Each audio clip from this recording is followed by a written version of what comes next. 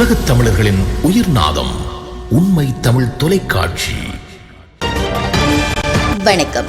உண்மை தமிழ் தொலைக்காட்சியின் பிரதான செய்திகள் வாசிப்பவர் பாரதி மயில் வாகனம். முதலில் தலைப்புச் செய்திகள்.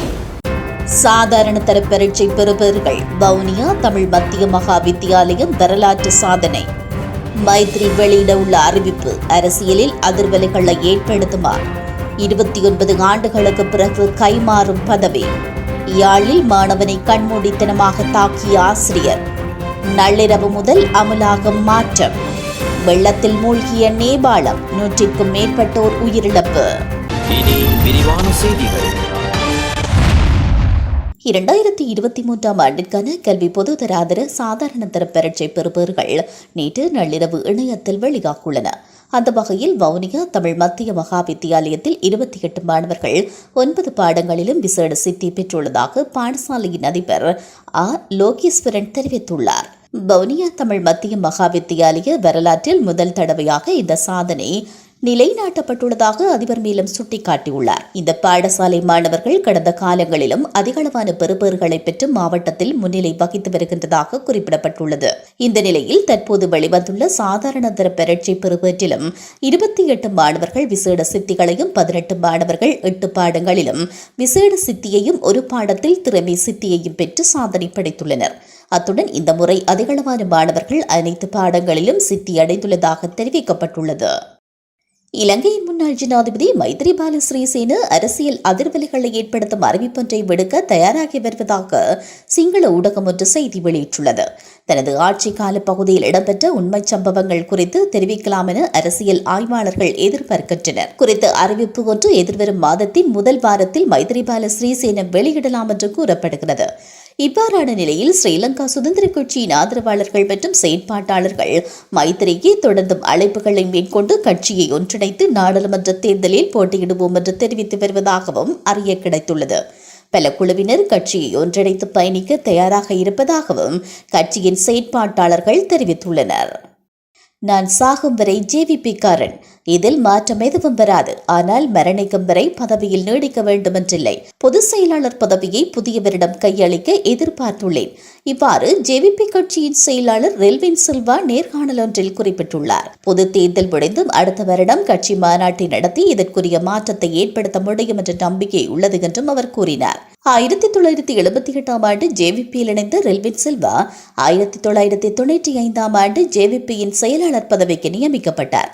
அன்று முதல் இன்று வரை 29 வருடங்களாக அந்த பதவியில் அவர் நீடிக்கிறார். கட்சி செயற்பாடுகள் காரணமாக சிறைவாசமும் அனுபவித்துள்ளார்.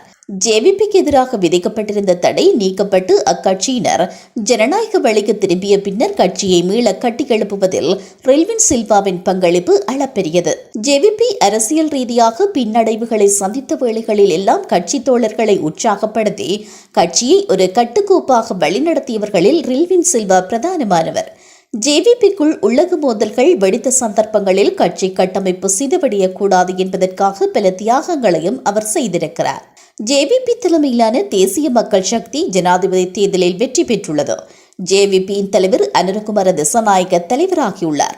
இந்த நிலையில் அனுரவை போலவே பலரும் ரெல்வின் சில்வாவை பற்றியும் தேட ஆரம்பித்துள்ளனர். ஊடகம் ஒன்றிற்கு வழங்கிய நேர்காணலில் அவர் தனது கடந்த காலம் பற்றியும் விவரித்திருக்கிறார். இதன்போது இன்னும் எத்தனை வருடங்கள் ஜேவிபியின் பிரதான செயலாளராக இருக்கிறீர்கள் என கேள்வி கேட்கப்பட்டது. நான் சாகும் வரை ஜேவிபிக்காரன், உடலில் உயிர் இருக்கும் வரை அரசியலில் ஈடுபடுவேன். ஆனால் மரணிக்கும் வரை பதவி வகிக்க வேண்டுமென்றில்லை. நீண்ட காலம் செயலாளர் பதவியில் இருந்து விட்டேன். புதியவர் வர வேண்டும் என கருதுகிறேன். உடனடி மாற்றத்தை கட்சி தோழர்கள் விரும்பவில்லை. பொது தேர்தல் முடிந்த பிறகு மாநாட்டை நடத்தி இதனை செய்யலாம். சிறப்பாக செயற்படக்கூடிய தோழர்கள் உள்ளனர் என்று ரெல்வின் சில்வா தெரிவித்துள்ளார். யாழ்ப்பாணம் இருபாலி பகுதியில் உள்ள தனியார் கல்வி நிறுவனத்தில் கல்வி பயிலும் மாணவர் ஒருவரை விஞ்ஞான பாட ஆசிரியர் காட்டுமிராண்டித்தனமாக தாக்கியுள்ளார். 2 மாணவர்களுக்கு இடையில் புத்தகப்பை குறித்து இழுபறி ஏற்பட்டதாகவும் ஒரு மாணவனை அழைத்த ஆசிரியர் தாறுமாறாக தடியாலும் கைகளாலும் தாக்கியதாகவும் கூறப்படுகிறது. குறித்த ஆசிரியர் புத்தூர் பகுதியில் உள்ள பாடசாலையொன்றில் விஞ்ஞான பாடம் கற்பிப்பவர் என்றும் ஆரம்பகட்ட விசாரணைகளில் இருந்து தெரிய வந்துள்ளது. இதனையடுத்து கோப்பாய் போலீசார் குறித்த ஆசிரியரை கைது செய்துள்ளனர். எனினும் அந்த ஆசிரியரை நீதிமன்றத்திற்கு செல்லவிடாது பாதிக்கப்பட்ட மாணவனின் பெற்றோருக்கு அழுத்தங்கள் பிரயோகிக்கப்பட்டு வருவதாக அறிய கிடைத்துள்ளது.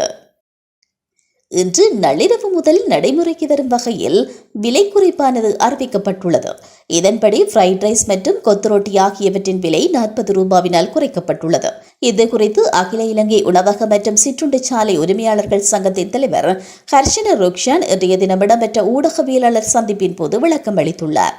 இந்த விலை குறைப்பு மற்றும் சலுகைகளை வழங்காத உணவக உரிமையாளர்கள் மற்றும் வர்த்தகர்கள் தண்டிக்கப்பட வேண்டும் என்றும் அவர் கூறினார். இதேவேளை அண்மை காலமாக முட்டை விலை குறைந்துள்ளதால் இவ்வாறு உணவுப் பொருட்களின் விலையை குறைக்க முடிவு செய்துள்ளதாகவும் அவர் சுட்டிக்காட்டியுள்ளார். நேபாளத்தில் பலத்த மழை காரணமாக ஏற்பட்ட வெள்ளத்தில் உயிரிழந்தோரின் எண்ணிக்கை 101ஆக அதிகரித்துள்ளது. பலத்த மழை காரணமாக நேபாளத்தின் சில பகுதிகள் வெள்ளத்தில் மூழ்கியுள்ளன. வெள்ளத்தில் சிக்கிய 69 பேர் காணாமல் போயுள்ளதாகவும் சர்வதேச ஊடகங்கள் செய்தி வெளியிட்டுள்ளன.